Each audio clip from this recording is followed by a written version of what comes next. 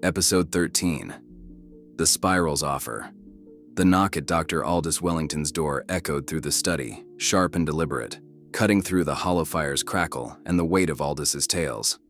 Kane Voss tensed, his hand twitching toward the shock knife in his boot, the core's faint purr on the desk, a reminder of the storm circling them. Sadie Hall froze mid-swipe on her holopad, her dark eyes darting to Aldus, who rose with a calm that felt too practiced, his weathered face betraying nothing but a flicker of anticipation. He crossed to the door, his boots scuffing the worn floor, and opened it without hesitation. A burst of warmth flooded the threshold. Laughter, deep and genuine, as Aldus pulled the newcomer into a hearty hug. "Gideon, you old fox!" Aldus's Boston drawl boomed, rich with affection. "Not a day older, damn you! Come in, don't let the night steal you." Kane's gut twisted as the man stepped inside, his presence filling the room like a tide. Gideon Varn, tall, lean, his midnight blue coat shimmering with nanothreads, his angular face all sharp cheekbones and storm gray eyes, silver hair cropped close. At 50, he moved with a predator's grace, every gesture polished, his velvet baritone, a weapon that could charm or cut. Kane knew him, or of him, a mogul who danced across Freeland's hollow feeds, a hedge fund titan whose wealth dwarfed cities, his name tied to tech empires and whispered power plays. Sadie's jaw tightened, recognition flickering. She'd seen him too, a face too perfect for the slums they'd crawled from. Aldus ushered Gideon in, closing the door against the night. "Sadie, Kane," he said, his grin wide. "Meet Gideon Varn, my oldest friend, and the silent gold behind half my digs. Without his coin, I'd still be scraping dirt in the Badlands." Gideon's smile was warm, disarming, his eyes crinkling as he extended a hand to Sadie. "Dr. Hall, a pleasure. Your work on the Azores is remarkable." His voice wrapped around her name like silk, and Sadie shook his hand, her poise unshaken, but her gaze wary. He turned to Kane, grip firm, eyes locking with an intensity that felt like a scan. "Kane Voss, you've stirred quite the storm, haven't you?" Kane forced a nod, his skin prickling. "Guess I have a knack for trouble." Aldus chuckled, pouring a glass of amber scotch from a decanter, its aroma sharp in the cluttered study. "Gideon's no mere investor," he said, handing the glass to his friend. "Man's a walking archive, knows more about the ancients than I do, and I've got the PhD. Not a scholar, mind you, but a mind like his.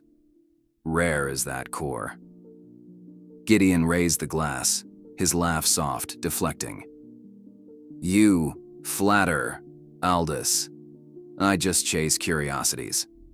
He glanced at the door, his tone shifting, crisp. "Zara, join us. Torin, Lysa, hold the perimeter." The door opened again, and Zara Rain slipped inside, her liquid black bodysuit a second skin, her crimson cyber eye glowing like a coal in the dim light. Her scar traced her jaw, her dark hair tied tight, and her curved blade hung low. A silent threat. Kane's breath caught.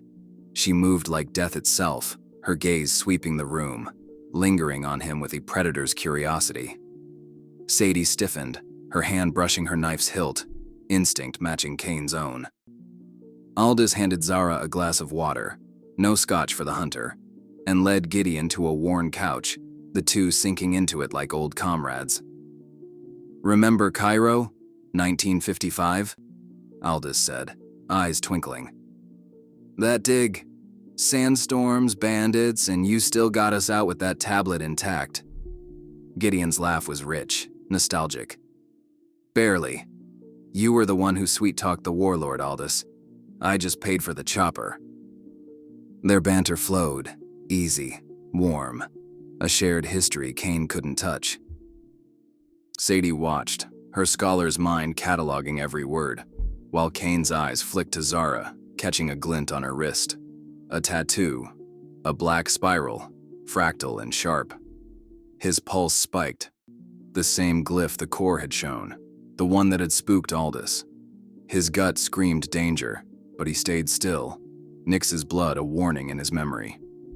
Gideon's tone shifted, warm but pointed, as he leaned back, swirling his scotch. Aldus and I go back, way back. Found him in 1949, a rough year. He'd lost his tenure, his wife, drinking himself blind in a Nova Reach dive. Brilliant mind, drowning in despair. I pulled him out, gave him a grant, a purpose. We've been chasing history's shadows ever since, unearthing truths most can't stomach. Aldus nodded, his smile soft but guarded. You saved me, Gideon. Always saw further than I could. The room quieted, Gideon's gaze settling on Kane, sharp as a blade. Enough reminiscing, he said, standing, his coat catching the fire's glow. Kane, a word, alone. Aldus's office, if you don't mind.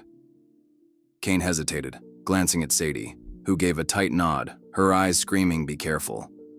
Zara's stare burned into him as he followed Gideon down the hall, her tattoo a brand in his mind. The office was a smaller chaos, bookshelves stuffed with scrolls, a desk buried under maps, a single lamp casting long shadows.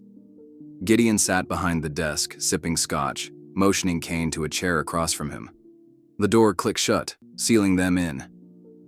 You must be reeling, Kane, Gideon began, his voice smooth, almost kind, but laced with steel. Recent events, towers, relics, blood. Confusing, no? I think I have answers. But first, tell me about yourself. Where are you from? Who were your parents? Kane's jaw tightened, suspicion coiling like a spring. Gideon's polish, Zara's edge, the tattoo, it all stank of trouble, and Nix's mangled body flashed in his mind. These weren't people to cross lightly. He leaned back, voice low, guarded. Freeland slums, born and raised. Parents. Don't remember much. Dad was a scav, drunk, died when I was 12. Mom left earlier, barely a face now.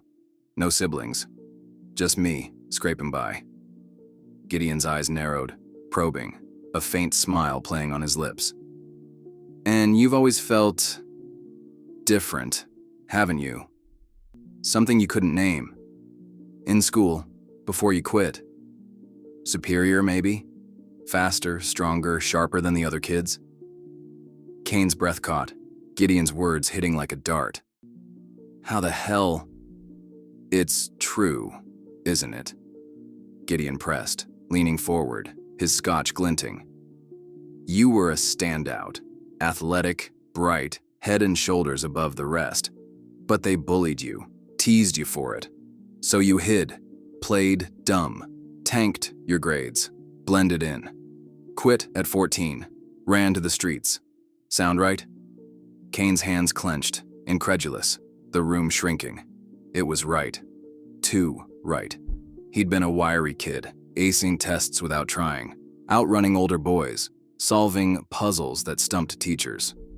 But the taunts, brainiac, freak, had stung, and he'd dulled his shine, faked mediocrity to dodge fists. Dropped out to survive, not to shine. How do you know that? He asked, voice hard, fear creeping in. Gideon's smile widened, not warm now, but knowing. Because I know you, Kane. Better than you know yourself. The parents you described? Not yours, not truly. Let me tell you a story, one you won't find in Aldus's books. He sipped his scotch, settling back, his voice a velvet blade. 29 years ago, in Unity Drift, Nexus ran a lab, clandestine, buried deep. They'd found something at a dig site, not far from the Azores.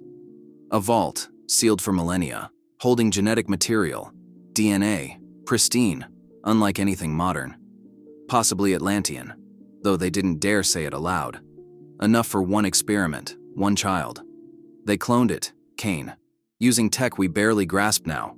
Quantum splicing, cellular scaffolds, a womb of synthetic proteins. It wasn't just science, it was alchemy, rewriting life itself. Kane's throat went dry, the core's hum echoing in his memory, a pulse he couldn't shake. Gideon's eyes never left him, unyielding.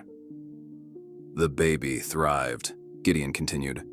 But one scientist, a woman, childless, brilliant, couldn't stomach the cold of it. She saw a soul in that infant, not a specimen. Guilt broke her. She smuggled the child out, fled to Freeland Accord where Libra's chaos could hide anything. She left it on a doorstep, a nondescript slum house, no note, no trace. The scientist was caught, punished, but never spoke. The child was lost, until now.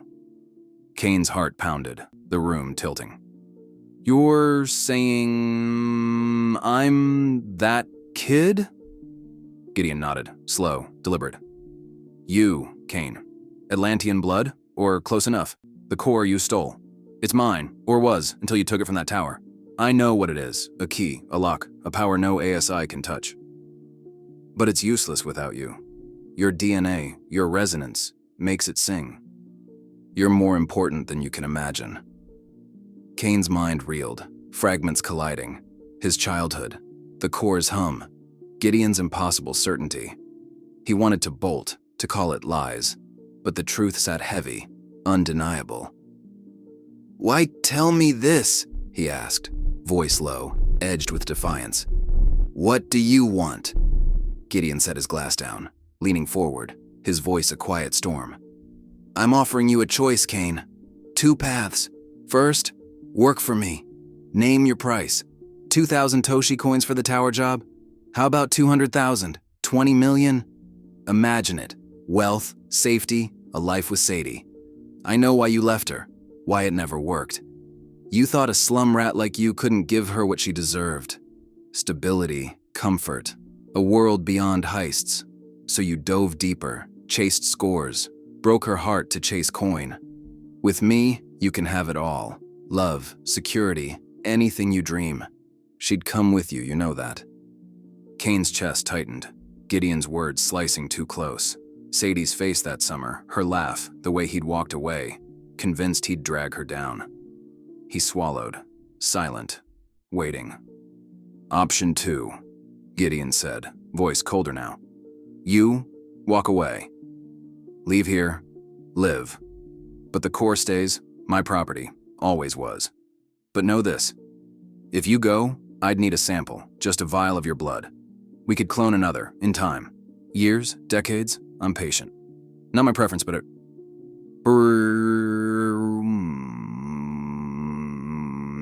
Kane's eyes narrowed, suspicion flaring.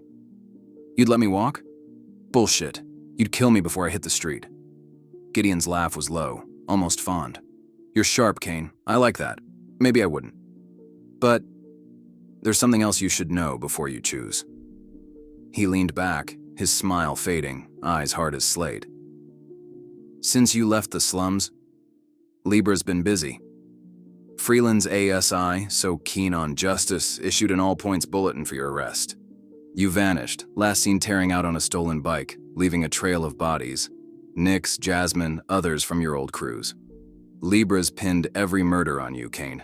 A killing spree, they're calling it. You're a ghost to them, but not for long. I can shield you. Erase the warrants. Bury the truth. With me, you're untouchable. Without me, you're prey. Kane's blood ran cold, the room closing in. Nix's ruined face, Jasmine's laugh, gone. And now the blame was his. A noose Libra had tied tight. Gideon's profile of him was perfect, surgical, peeling back layers Kane had buried deep. He was trapped. The core's hum a heartbeat in his mind. Gideon's offer, a velvet cage.